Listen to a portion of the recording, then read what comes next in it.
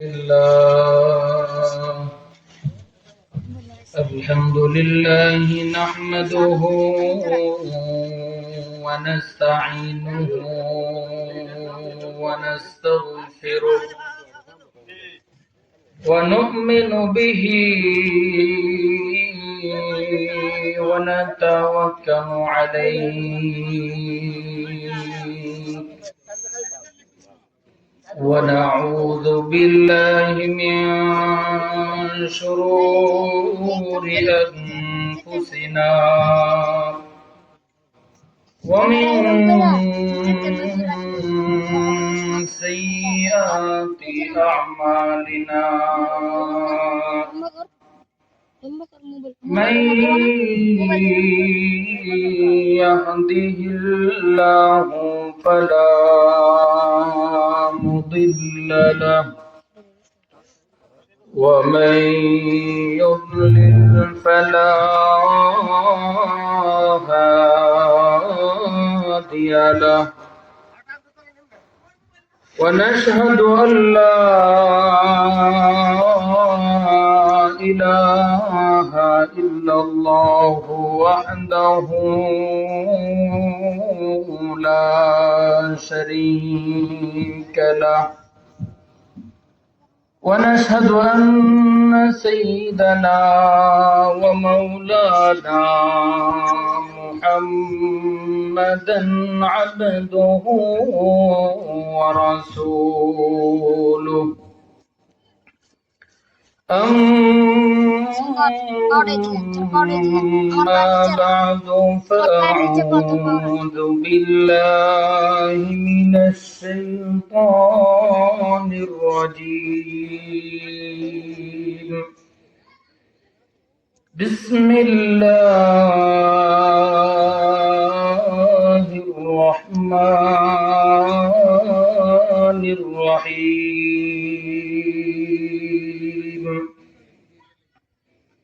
إن الذين قالوا ربنا الله ثم استقاموا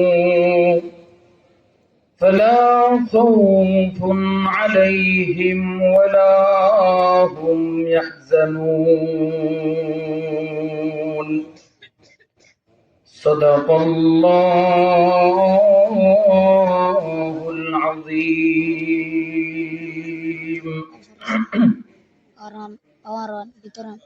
সকলে জবান খুলে দুরূদ ইব্রাহিম পাঠ করি اللهم صل على محمد وعلى آل محمد كما صليت على إبراهيم وعلى آل إبراهيم إنك حميد مجيد اللهم بارك على محمد وعلى آل محمد كما باركت على إبراهيم وعلى آل إبراهيم إنك حميد مجيد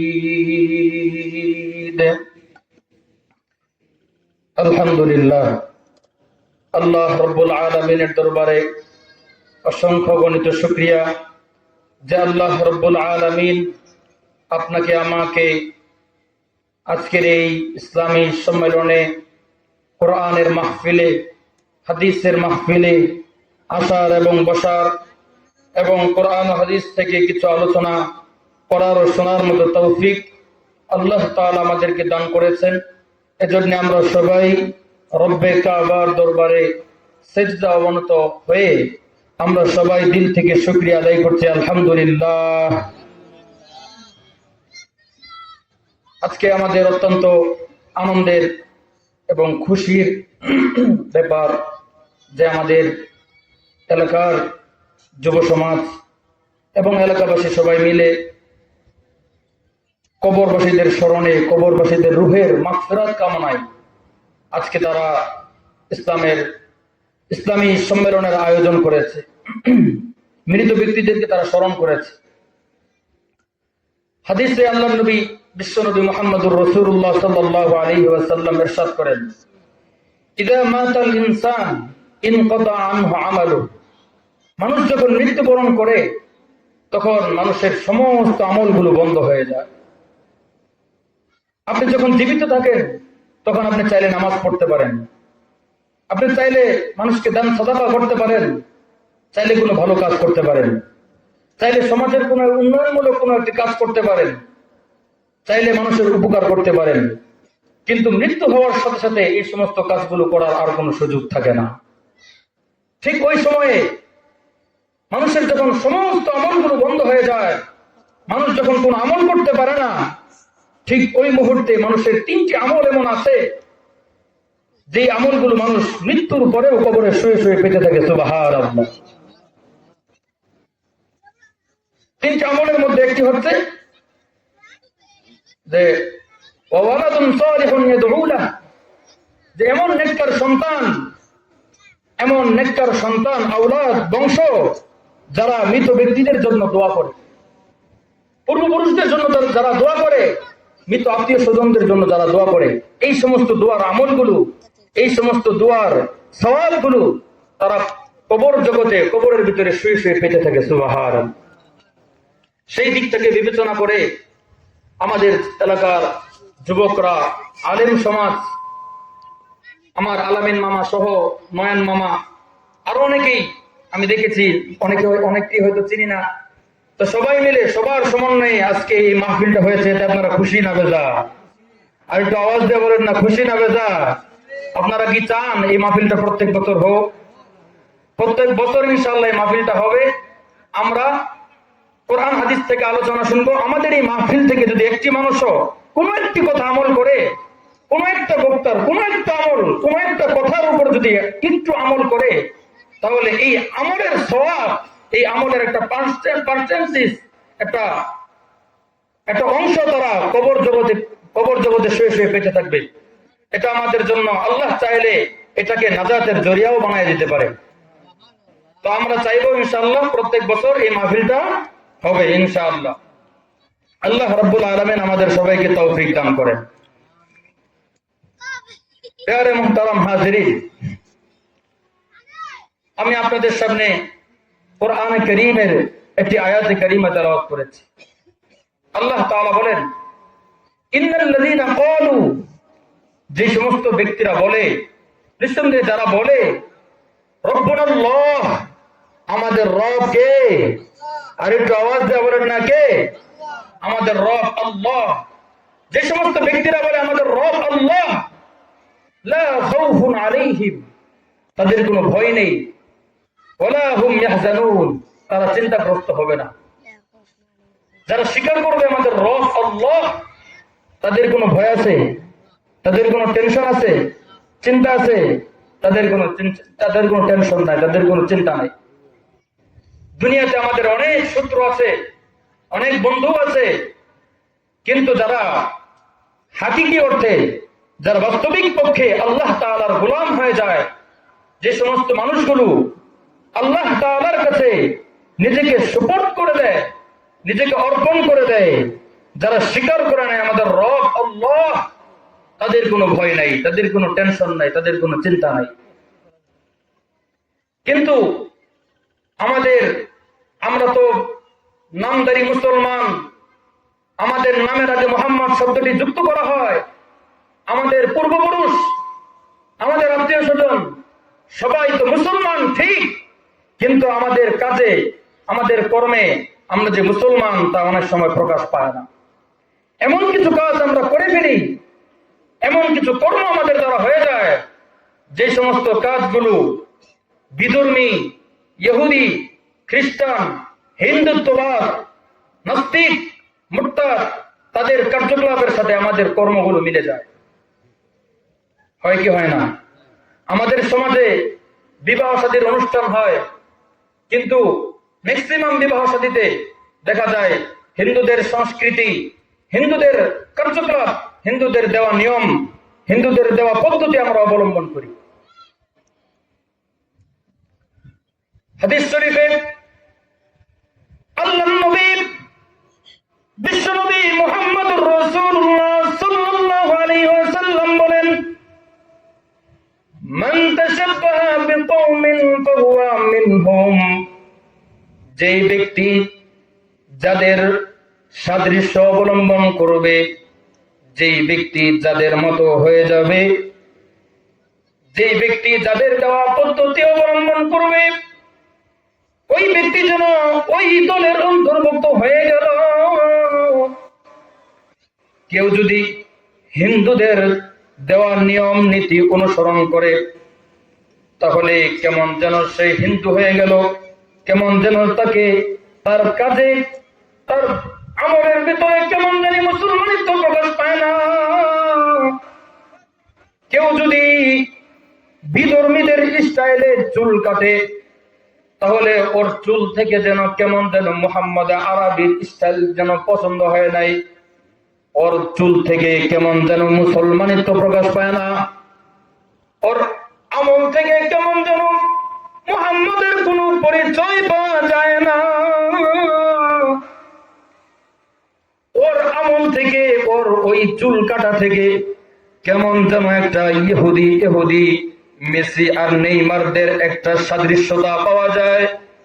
তো আল্লাহর নবীর হাদিস অনুযায়ী কেমন যেন ব্যক্তিটা ইহুদি খ্রিস্টান হয়ে গেল, ইহুদি খ্রিস্টানদের দলের অন্তর্ভুক্ত হয়ে গেল। কোন ব্যক্তি যদি পোশাক পরে ওই ইহুদি আর খ্রিস্টানদেরকে অনুসরণ করে, তাহলে কেমন যেন ওই ব্যক্তিটা ওই আমলের মাধ্যমে, তার ওই পোশাকের মাধ্যমে কেমন যেন সেই ইহুদি আর নাসারাদের সাদৃশ্যতা অবলম্বন করার কারণে কেমন যেন তাদের পরিচয়টা গ্রহণ করে নিয়েছে। নাউযুবিল্লাহ। অথচ মুহাম্মদ আরবি, মুহাম্মদুর রাসূলুল্লাহ সাল্লাল্লাহু আলাইহি ওয়াসাল্লাম আমাদেরকে কেমন পোশাক পরতে হবে সেটা আমাদেরকে দেখিয়ে দিয়েছেন। আল্লাহ তাআলা বলেন, ওয়ালিবাসুত তাকওয়া যালিকা খায়র, তোমরা তাকওয়ার পোশাক অবলম্বন করো। মুহাম্মদ আরবি যেমন পোশাক পরতেন, তাকে দেখে, তাকে মডেল মেনে, তাকে অনুসরণীয় মনে করে তার পোশাক তোমরা পরো। তিনি যেভাবে পোশাক পরিধান করতেন সেভাবে পোশাক পরো। মুহাম্মদুর রাসূলুল্লাহ সাল্লাল্লাহু আলাইহি ওয়াসাল্লাম তিনি পোশাক পরতেন, তিনি ঢিলা ঢালা জামা পরতেন, টাইট ফিট কোন জামা তিনি পরতেন না। হাঁটুর নিচ এবং পায়ের কবজির উপর পর্যন্ত তিনি পোশাক পরিধান করতেন। তো কোন ব্যক্তি যদি এই ঢিলা ঢালা পোশাককে নিজের পোশাক বানিয়ে নেয়, নিজের স্টাইল বানিয়ে নেয়, তাহলে তার পোশাকের মাধ্যমে কেমন যেন প্রকাশ হয়ে যায় সে মুহাম্মদ আরবি সাল্লাল্লাহু আলাইহি ওয়াসাল্লামকে অনুসরণ করেছে।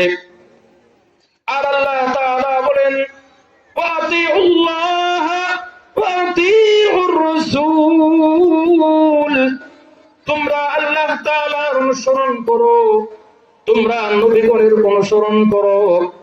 কেউ যদি আল্লাহ তাআলার অনুসরণ করতে চায়, কেউ যদি বাস্তবিক পক্ষে আল্লাহ তাআলাকে নিজের মডেল বানায় নিতে চায়, তাহলে সে যেন মুহাম্মদ আরবি সাল্লাল্লাহু আলাইহি ওয়াসাল্লামকে নিজের জীবনের মডেল মনে করে, নিজের জীবনের অনুসরণীয় মনে করে নিজেকে মুহাম্মদ আরবি সাল্লাল্লাহু আলাইহি ওয়াসাল্লামের সাজে সজ্জিত করে নেয়। তাহলে কি বুঝলাম? পোশাক পরতে হবে মুহাম্মদ আরবিকে অনুসরণ করে, ঠিক না বেঠিক? কিন্তু আজকে আমরা যদি লক্ষ্য করি, তাহলে আমরা দেখব আমাদের সমাজের যুবকদের কথাই যদি ধরি তাহলে দেখব তারা তাদের পোশাকের ভিতরে কোন হিন্দি সিনেমার নায়ক, কোন খেলোয়াড়, আরো টিকটকার, বাজে একটা কথা, আরো যারা এরকম আছে তাদেরকে অনুসরণ করে, এবং কি অনুসরণ করতে করতে এখন তাদের অনুসরণের পর্যায়ে গিয়ে এমন জায়গায় গিয়ে ঠেকেছে, এমন জায়গায় গিয়ে পৌঁছেছে, এখন ছিঁড়া ফাড়া পোশাক তাদের জন্য স্টাইল হয়ে গেছে। ঠিক কি ঠিক না?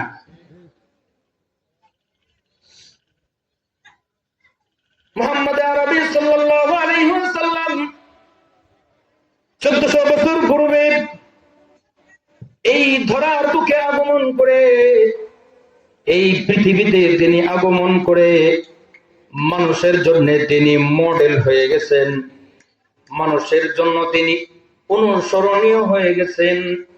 কোন ব্যক্তি পোশাক পরবে তো মুহাম্মদ আরবিকে যদি অনুসরণ করে তাহলে ওই ব্যক্তিরা পোশাকের দিক থেকে কামিয়াব হয়ে যায়। কেউ যদি বিবাহ শাদীর অনুষ্ঠান করে তাহলে আল্লাহর নবী বলেন, ইজআলহু ফিল মসজিদ, তোমরা মসজিদের ভিতরে খেজুর ছিটানোর মাধ্যমে সুন্নত তরিকায় বিবাহ শাদীর অনুষ্ঠান পালন করো। কিন্তু আমরা আমাদের বাস্তবিক জীবনে মুহাম্মদ আরবির অনুসরণকে মাইনাস করে মুহাম্মদ আরবিকে আমরা ওভারটেক করে মুহাম্মদ আরবির কথাগুলো না শুনে আমরা যখন হিন্দুদের, পৌত্তলিকদের তাদের দেওয়া আচার, তাদের দেওয়া নেচারাল, তাদের দেওয়া রীতিনীতি শুরু করে দিয়েছি, এখন আমাদের সমাজের ভিতরে বিশৃঙ্খলা আর সমাজের ভিতরে যত ঝামেলা আর যত ধরনের পাপাচার আর যত ধরনের নষ্টামি আর ভ্রষ্টামি শুরু হয়ে গেছে। ঠিক কি ঠিক না? আপনি একটা বিবাহের অনুষ্ঠান করেছেন, লক্ষ লক্ষ টাকা খরচ করলেন, গরু জবাই করলেন, মানুষকে দাওয়াত করবেন, কিন্তু শেষমেশ ফলাফল কি হবে জানেন? মানুষগুলো এসে আপনার বাড়িতে খাওয়া দাওয়া করবে ঠিক, কিন্তু বাইরে গিয়ে বসেই এক চেয়ারে একজন বসবে, আরেক চেয়ারে আরেকজন বসবে, পান চাবাইতে থাকবে আর বলতে থাকবে গুস্তটা তেমন একটা ভালো হয়নি, ঠিক কি না? পায়েসটা বিষয়টা মিষ্টি হয় না, লবণ বেশি দিয়ে গেছে, হয় কি হয় না? আর জোরে বলেন না, হয় কি হয় না? তো আমরা যদি এই ক্ষেত্রে মুহাম্মদুর রাসূলুল্লাহ সাল্লাল্লাহু আলাইহি ওয়াসাল্লামকে অনুসরণ করতাম তাহলে আমাদের সিস্টেমটা কি হতো, আমাদের পরিবেশটা কি হতো? এত ঝামেলাও হতো না, আর এত কিছু হতো না। আরো তো অনেক কিছু আছে যেগুলো বলার বাহিরে। গায়ে হলুদকে কেন্দ্র করে যে নষ্টামি আর ভ্রষ্টামি হয় সেটা তো বলার অপেক্ষা রাখে না, অথচ মুহাম্মদ রাসূলুল্লাহ সাল্লাল্লাহু আলাইহি ওয়াসাল্লাম আমাদেরকে কি বলেন? মুহাম্মদ রাসূলুল্লাহ সাল্লাল্লাহু আলাইহি ওয়াসাল্লামের প্রত্যেকটা সিস্টেম, প্রত্যেকটা দেওয়া তরিকা সুন্দর, আমরা যদি অনুসরণ করি তাহলে আমাদের জন্য নিরাপদ। প্রত্যেকটা সিস্টেম, আপনি যেদিকেই যান, বিজ্ঞানীরা বলে চুল ছোট রাখো, তোমার মাথা ঠান্ডা থাকবে, মাথা ভালো থাকবে, তোমার ব্রেনের উপরও অতিরিক্ত কোনো প্রেসার হবে না। কিন্তু আমরা যখন এটা বাদ দিয়ে আমাদের মুহাম্মদুর রাসূলুল্লাহ সাল্লাল্লাহু আলাইহি ওয়াসাল্লামের অনুসরণকে বাদ দিয়ে আমরা যখন মেসি, নেইমার, রোনালদো, আরো কত কি আছে, এদেরকে অনুসরণ করা শুরু করে দিয়েছি, তাদের স্টাইলে, তাদের রঙে, তাদের ঢঙ্গে আমরা চুল রাখা শুরু করে দিয়েছি, তো আমাদের সমাজের অবস্থাটা পরিবর্তন হয়ে গেছে, মেন্টালিটি মানুষের নষ্ট হচ্ছে, আগের তুলনায় এখন অধিক পরিমাণে মানুষ পাগল হয়ে যাচ্ছে। মুহাম্মদকে অনুসরণ না করার কারণে আল্লাহ রাব্বুল আলামিন আমাদেরকে হেদায়েত দান পালন করতে পারবেন তো ইনশাআল্লাহ। এখন প্রশ্ন হতে পারে, হুজুর আমরা তো মুহাম্মদুর রাসূলুল্লাহ সাল্লাল্লাহু আলাইহি ওয়াসাল্লামের থেকে, ওনার যুগ থেকে আরো 1400 বছর পরে আগমন করেছি, এই যুগে তো আমরা মুহাম্মদ নবীকে দেখি নাই। মুহাম্মদ নবী রাস্তা দিয়ে কেমনে যাইতেন, মুহাম্মদ নবী কিভাবে চুল কাটতেন আমরা তো দেখি নাই, মুহাম্মদ নবী কিভাবে পোশাক পরিধান করতেন আমরা তো জানি না, মুহাম্মদ নবী কিভাবে বিবাহ শাদীর অনুষ্ঠান পালন করতেন আমরা দেখি নাই, মুহাম্মদুর রাসূলুল্লাহ সাল্লাল্লাহু আলাইহি ওয়াসাল্লাম কিভাবে ঘর সংসার করতেন আমরা সেটা দেখি নাই। মুহাম্মাদুর রাসূলুল্লাহ সাল্লাল্লাহু আলাইহি ওয়াসাল্লাম রাস্তা দিয়ে কিভাবে হাঁটতেন আমরা দেখি নাই।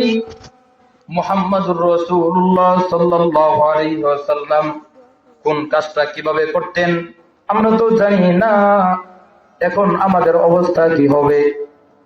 তাহলে আল্লাহ তাআলা সমাধান দিচ্ছেন। আল্লাহ তাআলা বলেন ওয়াতিউল্লাহ ওয়া আতিউর রাসূল ওয়া উলিল আমর। তোমরা আল্লাহ তাআলাকে অনুসরণ করো। যদি আল্লাহ তাআলাকে অনুসরণ করতে পারো তাহলে তোমরা জান্নাতের রাস্তায় পৌঁছে যেতে পারবে। যদি আল্লাহ তাআলার অনুসরণ করতে নাই পারো, যদি আল্লাহ তাআলার অনুসরণ কিভাবে করবে সেটা যদি তোমাদের জানা নাই থাকে, তাহলে তোমরা মুহাম্মাদুর রাসূলুল্লাহ সাল্লাল্লাহু আলাইহি ওয়াসাল্লামের অনুসরণ করো।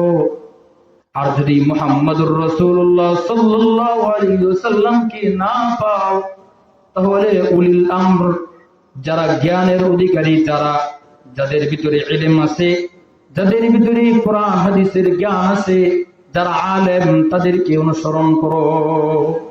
আপনি আলেমদেরকে অনুসরণ করো। তাদেরকে অনুসরণ করতে হবে। আল্লাহ তাআলার অনুসরণ করতে হবে। আল্লাহ তাআলার অনুসরণ করতে যদি না পারো, আল্লাহ তাআলার অনুসরণ কিভাবে করবে যদি না বুঝো, তাহলে নবীর অনুসরণ করো, নবীকে মানো। আর যদি নবীকে অনুসরণ করতে না পারো, নবীকে না পাও, নবীর অনুসরণ কিভাবে করবে যদি না বুঝো, তাহলে আলেমদের অনুসরণ করো। কিন্তু আমাদের সমাজের অবস্থা এখন ওইরকম নেই। আমাদের সমাজ ব্যবস্থা এখন আলেমদেরকে গ্রহণ করতে চায় না। আলেমগণ যদি কোনো একটা কথা বলেন মানতে চায় না। আলেমদের কথা না মানার কারণে কি হয়? সমাজের ভিতরে অশৃঙ্খলা, বিশৃঙ্খলা আর ফিতনা ফাসাদ আরো দিন দিন বাড়ে। ঠিক কি ঠিক না? 2021 সালে আমাদের সমাজের আলেমরা, আমাদের দেশ নেত্রী যারা আছেন, তারা বলেছিলেন মূর্তি বানানোর কোনো প্রয়োজন নাই, ভাস্কর্য বানানোর কোনো প্রয়োজন নাই। কিন্তু আলেমদের কথা রাখার মতো ফুরসত, আলেমদের কথা অনুসরণ করার মতো সুযোগ কারো হয় নাই। শেষ পর্যন্ত তারা মূর্তি বানিয়েছে, জায়গায় জায়গায় রাস্তার মোড়ে মোড়ে তারা মূর্তি দাঁড় করিয়ে দিয়েছে। পরিশেষে কি হয়েছে? এই দেশের নাস্তিক, মুরতাদ, ব্লগার যারা আছে, আলেমদের অনুসরণ না করার কারণে দেশ ছাড়তে বাধ্য হয়েছে। যেই সমস্ত মূর্তির বিরুদ্ধে উলামায়ে কেরাম কথা বলেছিলেন, সেই সমস্ত মূর্তিগুলো ভেঙেছে জায়গায় জায়গায়। শুধুমাত্র ভাঙ্গার মাধ্যমে ক্ষান্ত হয় নাই, ওই সমস্ত মূর্তির মাথায় উঠে মানুষ প্রস্তাব পর্যন্ত করেছে। ঠিক কি ঠিক না? আলেমদের অনুসরণ না করার কারণে। এই কারণে আলেমদের অনুসরণ করতে হবে। পারবো তো ইনশাআল্লাহ? প্রত্যেকটা কাজে আমরা হক্কানি আলেমদের অনুসরণ করব। হক্কানি পীর বুজুর্গ উলামায়ে কেরাম যারা আছেন তাদের অনুসরণ করব। তাদেরকে যদি অনুসরণ করতে পারি, তাদের কথাগুলো যদি আমরা মানতে পারি, তাহলে তাদের কথা মানাগুলোই হবে রাসূলের কথা মানা, নবীর কথা মানা। আর নবীর কথা মানে নবীর কথা অনুসরণ করা মানে হচ্ছে আল্লাহ তাআলার অনুসরণ করা। আর যে ব্যক্তি আল্লাহ তাআলার অনুসরণ করবে, আল্লাহ তাআলা তাকে জান্নাত দিয়ে দিবেন। সুবহান। আমরা পারবো তো ইনশাআল্লাহ? আলেমদের সাথে আছি নাকি আলেমদের থেকে দূরে আছি? সাথে আছি ইনশাআল্লাহ। প্রত্যেক কাজে আলেমদের পরামর্শ নিব। পারবো তো ইনশাআল্লাহ? ইনশাআল্লাহ। ঠিক আছে, সবাইকে ধন্যবাদ। যে যেখান থেকে আলোচনা শুনছেন সবাইকে অনেক অনেক ধন্যবাদ। সবার জন্য শুভকামনা। সবাইকে আল্লাহ তাআলা ভালো রাখেন, সুস্থ রাখেন। সবার জন্য শুভকামনা রইল। আসসালামু আলাইকুম ওয়া রাহমাতুল্লাহি ওয়া বারাকাতুহু।